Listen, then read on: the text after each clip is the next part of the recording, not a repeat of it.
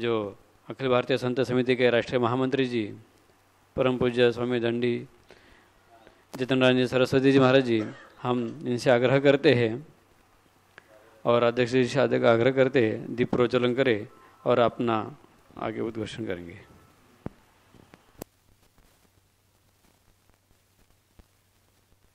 ओम स्वस्ति स्वस्तिरिका पुरुकाः सहस्रापात स भूमिगो सर्वात् स्मृतवात्यधिष्ठद्दशा गोलाम्मा पुरुखा एवेदगो सर्वञ्जद्भूता जच्च भाव्याम्मा उतामृततवस्येषानो जदन्ने नातिरोहति एतावानस्य महिमातो ज्यायांश्च पुरुखः पादोऽसि अविश्वा भूतानि त्रिपादस्यामृतं दिवि।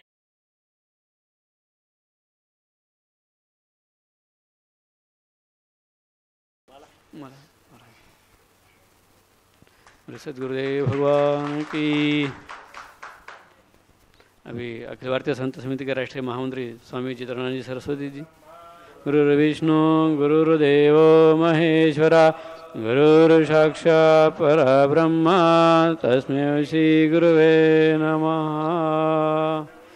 सकारं व्याप्तं येन चराचरं तत्पदं दर्शितं येन तस्मै श्री गुरुवे नमः। दानन्दरूपाय विश्वोत्पत्त्यदेहेतवे तापत्र विनाशाय श्रीकृष्णाय वयं नमः।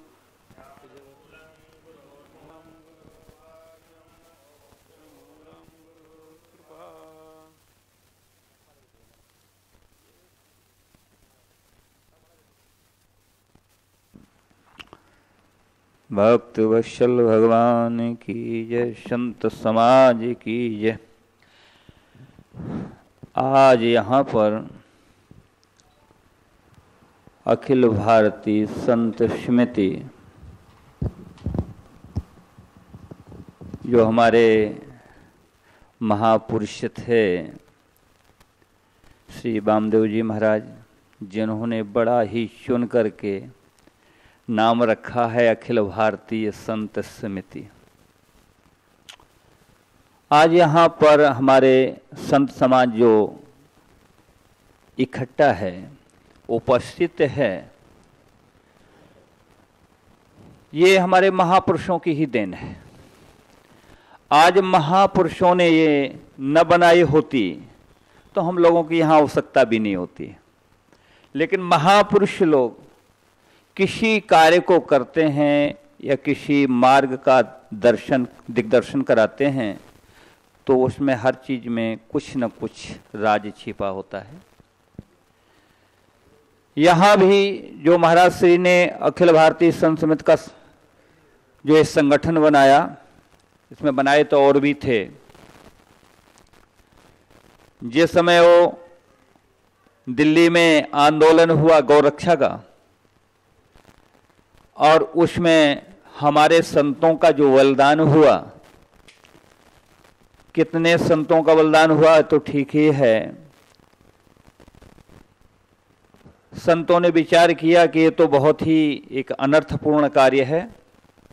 तब एक गोष्ठी की वृंदावन में, हम भी उस समय वृंदावन रह रहे थे।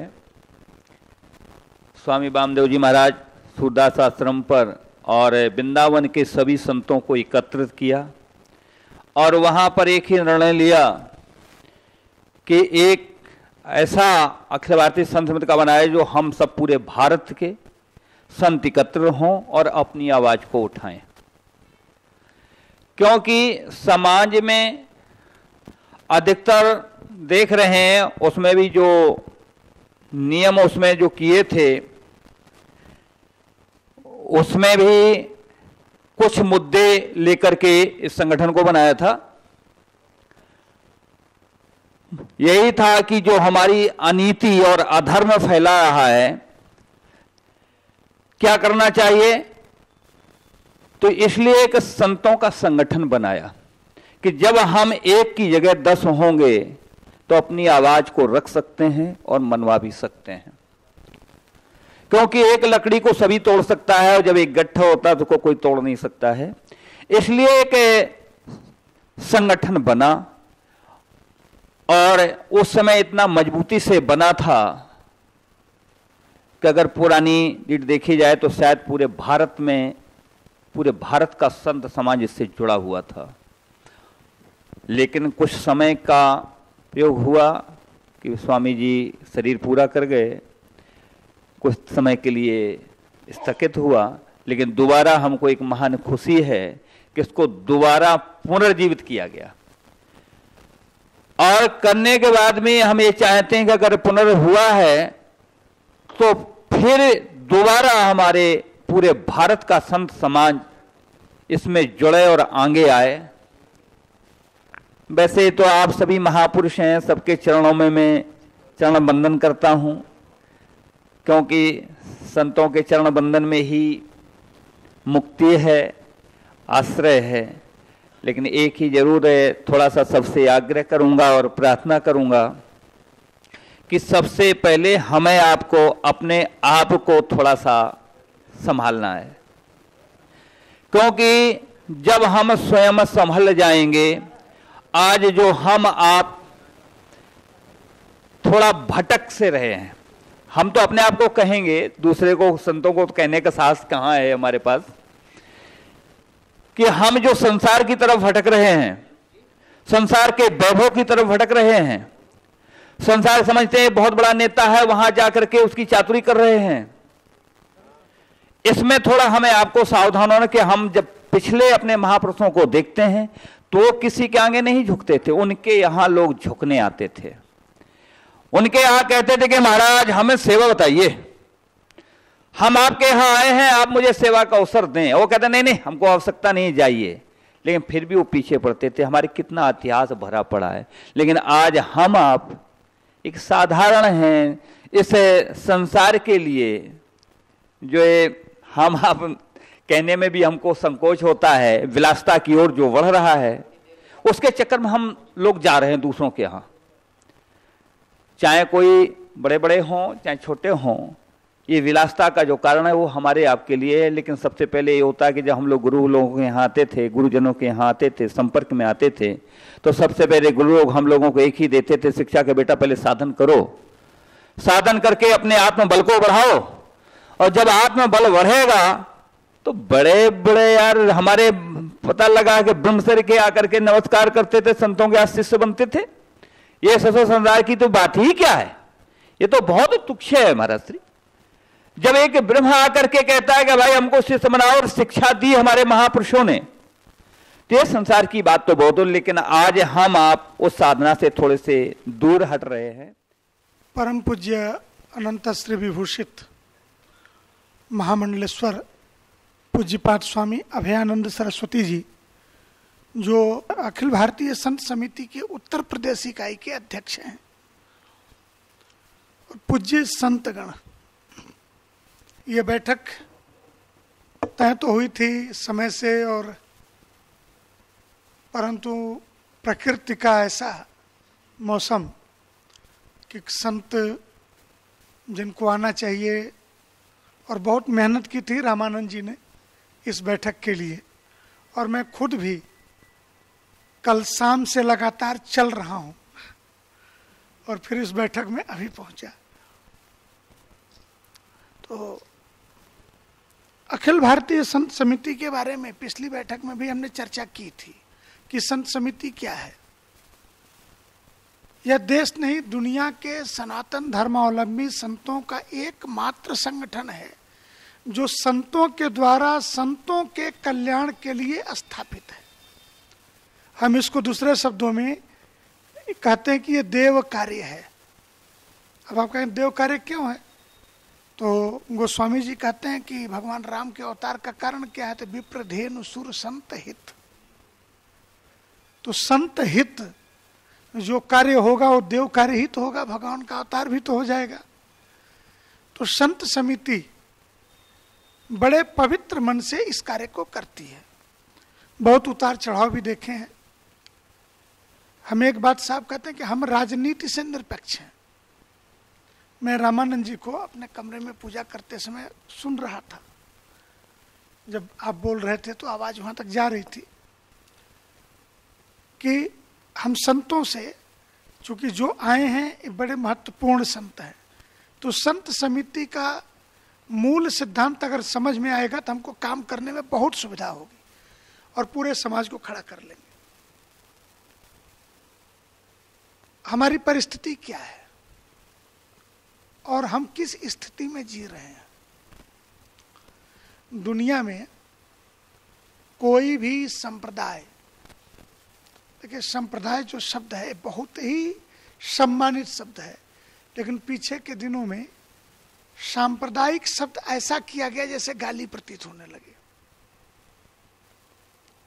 हम अपने संप्रदाय के अनुसार अपनी पूजा पद्धति कर्मकांड में विश्वास रखते हैं।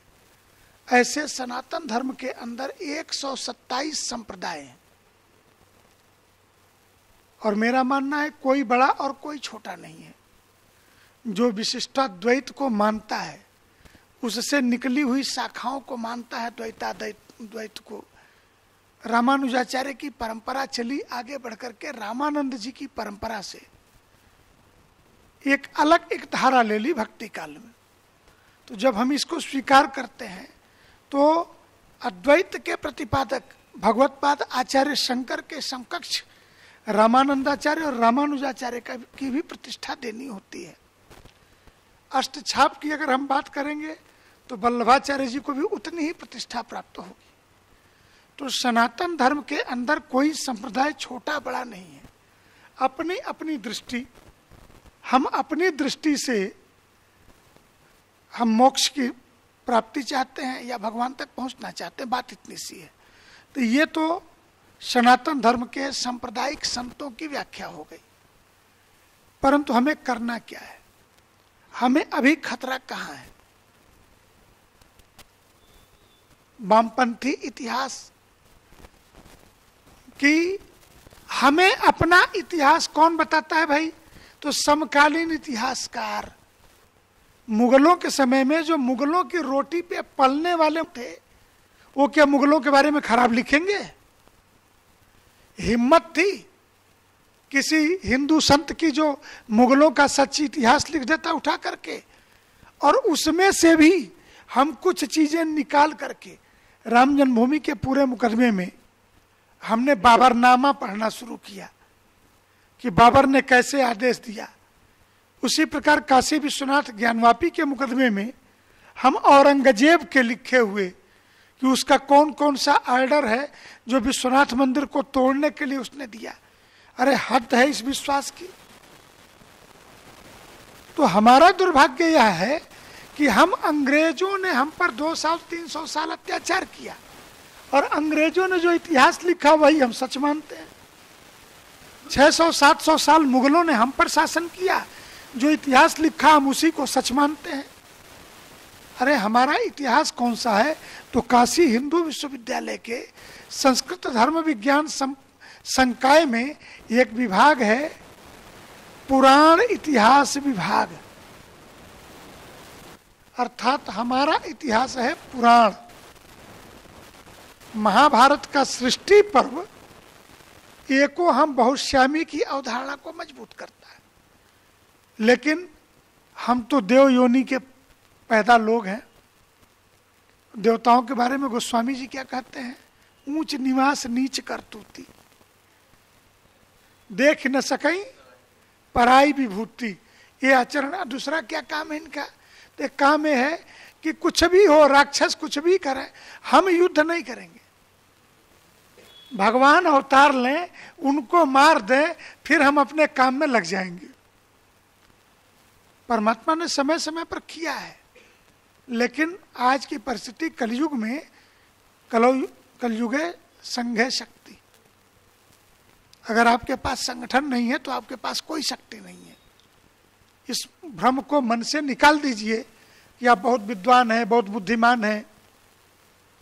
मैंने वो भी दिन देखे हैं, अपने जीवन में देखे हैं 2004 में कि 20,000 करोड़ की प्रॉपर्टी कांची मठ की है ऑन रिकॉर्ड। श्रृंगेरी मठ की भी व्हाइट मनी में 20,000 करोड़ की प्रॉपर्टी है। कांची मठ के पास अपना हेलीकॉप्टर है, अपना हवाई जहाज है। शंकर नेत्रालय जैसा चेन्नई में दुनिया का सबसे बड़ा हॉस्पिटल है। लेकिन जब गिरफ्तार कर लिया ना, तो दक्षिण भारत में कोई ब्राह्मण, कोई सन्यासी, दक्षिण के 6 राज्यों में कोई नहीं निकला कि शंकराचार्य की गिरफ्तारी दिवाली की पूर्व संध्या पे हुई थी और उनके बचाव में एक आदमी नहीं खड़ा हुआ। धरना कहाँ हुआ? तो दिल्ली में। तब जाकर के जमानत का मार्ग प्रशस्त हुआ। मुकदमा नहीं हटा था, मुकदमा 7 साल चला और निर्दोष बरी हुए थे, लेकिन प्रतिष्ठा तो 2 मिनट में चली गई शंकराचार्य जी की। इसके बाद कहीं सार्वजनिक कार्यक्रम करने के लायक नहीं थे, रोते रहते थे। और उनको जब मैंने उस घटना के बाद 2010 और 2011 नहीं 2006 में 2006 से 8 में ये 4-5 में घटना घटी और शंकराचार्य जी को हमने काशी में उसके तत्काल बाद बुलाया और सम्मानित किया, परंतु उनकी आंखों में वो आत्मबल का भाव नहीं था। अब संत बैठे हैं इसलिए ये बातें आपसे कह रहा हूं, मैं चर्चा कर रहा हूं। आपका आश्रम सुरक्षित रहे तो इसके लिए आप सबको संगठित होना पड़ेगा। थोड़ा सा समय भगवत भक्ति में से निकालना पड़ेगा। आप कल्पना कीजिए कि दुनिया का एक खरबपति व्यापारी है, सामान्य व्यापारी है। हम कहते थे तो कहा जाता था झूठ बोल रहे, 4 साल से मैं बोल रहा हूं। लेकिन एक दिन उसने दारू पी के टल्ली होकर के खुद ही भाषण दे दिया और उसकी वीडियो पूरी दुनिया में चल पड़ी, जॉर्ज सोरोस की। कहा क्या रहा है कि भारत में सनातन धर्मियों ने कब्जा कर लिया है और मैं उस सनातन धर्मियों का जो प्रधानमंत्री है मोदी, उसकी हत्या के लिए और भारत में दंगा कराने के लिए $1 खरब का प्रावधान किया हूं। अब $1 खरब लेकर के कौन लोग हैं जो आपके रामचरितमानस को गालियां बक रहे हैं? कौन लोग हैं जो भगवान राम को गालियां बक रहे हैं? वो कौन लोग हैं जो राम सेतु और भगवान राम को काल्पनिक बता रहे हैं? ये उसी पैसे का प्रभाव है। एक ब्रिटेन का उद्योगपति है पेडेम्बर, एन पेडेम्बर, 3,000 करोड़ रुपए में महाराज हिंदुस्तान में खाली दंगा कराने के लिए उसने फाइनेंस किया हुआ है। तो लड़ाई जो आपको लग रहा है कि छोटी सी है और अकेले लड़ी जा सकती है, संभव नहीं है। हमें समूह में एकत्रित होना होगा। मैंने पीछे भी कहा था कि हमारे बीच कालनेमियों की संख्या कम नहीं है। दिल्ली में एक ज्योतिषी पकड़ा गया और वो ज्योतिषी जो पकड़ा गया तो आधा दिन तो खबर ये चली कि एक बाबा और पकड़ा गया सेक्स रैकेट चलाते हुए। दोपहर बाद पता चला उसका नाम मोहम्मद इलियास है और ज्योतिष के कारोबार के पीछे सेक्स रैकेट चलाता था। और मोहम्मद इलियास की दोपहर बाद सारी फिल्में उतर गई, चैनलों से खबर कहां गायब हो गई पता नहीं चला। इंदौर में एक बाबा पकड़ा गया, अवधेश दास। और जब अवधेश दास की कुटाई शुरू हुई थाने में तो नाम पता चला उसका नाम जॉन पॉल है, वो पादरी है और पास्टर अवधेश दास नाम रख करके संतों को बदनाम करने में लगा था। तो ये काल ने में जिमिन रावण राहु, ये तो आज के नहीं, ये तब के हैं। इसलिए आपको सबसे पहले अपनी परंपरा, अपने गुरु और अपने समाज पर विश्वास करना पड़ेगा। मीडिया की अफवाह में न जाकर के आप अपने अध्यक्ष जी से, महामंत्री से या प्रदेश के पदाधिकारियों से भी पूछ सकते हैं। ये बात। तीसरा, सत्ता और सरकार कुछ नहीं करती।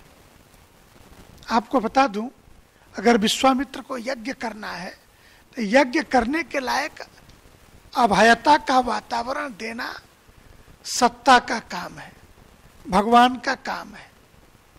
मुनि कौशिक मख के रखवारे, तो मख के रखवारे के रूप में तो सत्ता हो सकती है, लेकिन आप यह भी कहिए कि मख भी सत्ता ही करे, यज्ञ भी सत्ता ही करे, तो ये नहीं होगा। ये करना हमें है।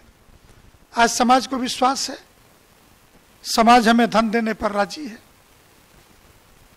ऐसा तो नहीं कि समाज धन नहीं दे रहा, आपके प्रति उसकी आंखों में प्यार नहीं है, सम्मान नहीं है। अभी इस वातावरण का लाभ उठा करके संतों को समाज में फैल जाना है। समाज का भी संगठन करना। अब जैसे उदाहरण के लिए अभी उत्तर प्रदेश ने एक राह दिखाई, एक बहुत छोटी सी घटना है, हम आलोचना भी कर सकते हैं और उसकी प्रशंसा भी कर सकते हैं। घटना क्या घटी कि उत्तर प्रदेश के मुख्यमंत्री योगी आदित्यनाथ जी ने कहा कि हम हर जिले में 1 लाख रुपया दे रहे हैं दुर्गा सप्तशती और अखंड रामायण के पाठ के लिए। तो आलोचना करनी हो तो हम क्या कहेंगे, अरे 1 लाख में होता क्या है, एक कार्यक्रम नहीं हो पाएगा, जिले में इतने मंदिर हैं। मुख्यमंत्री की इच्छा है, आप उन भाजपा के नेताओं को जिसको मुख्यमंत्री से पाना है जाओ और सीधे कहो बाबा हो। मुख्यमंत्री जी ने कहा 1 लाख में कुछ नहीं होना है, विधायक जी आप भी अपनी निधि से खर्चा करो। हमारे मंदिर पे अखंड रामायण के पाठ में हमें 11 ब्राह्मणों की दक्षिणा करनी है, 9 दिन दुर्गा सप्तशती का पाठ होगा, कन्या पूजन होगा, इस पे ये खर्चा आएगा। अब तो डीएम के पास कई प्रकार के बजट होते हैं, वो भी दे देगा, विधायक भी दे देगा।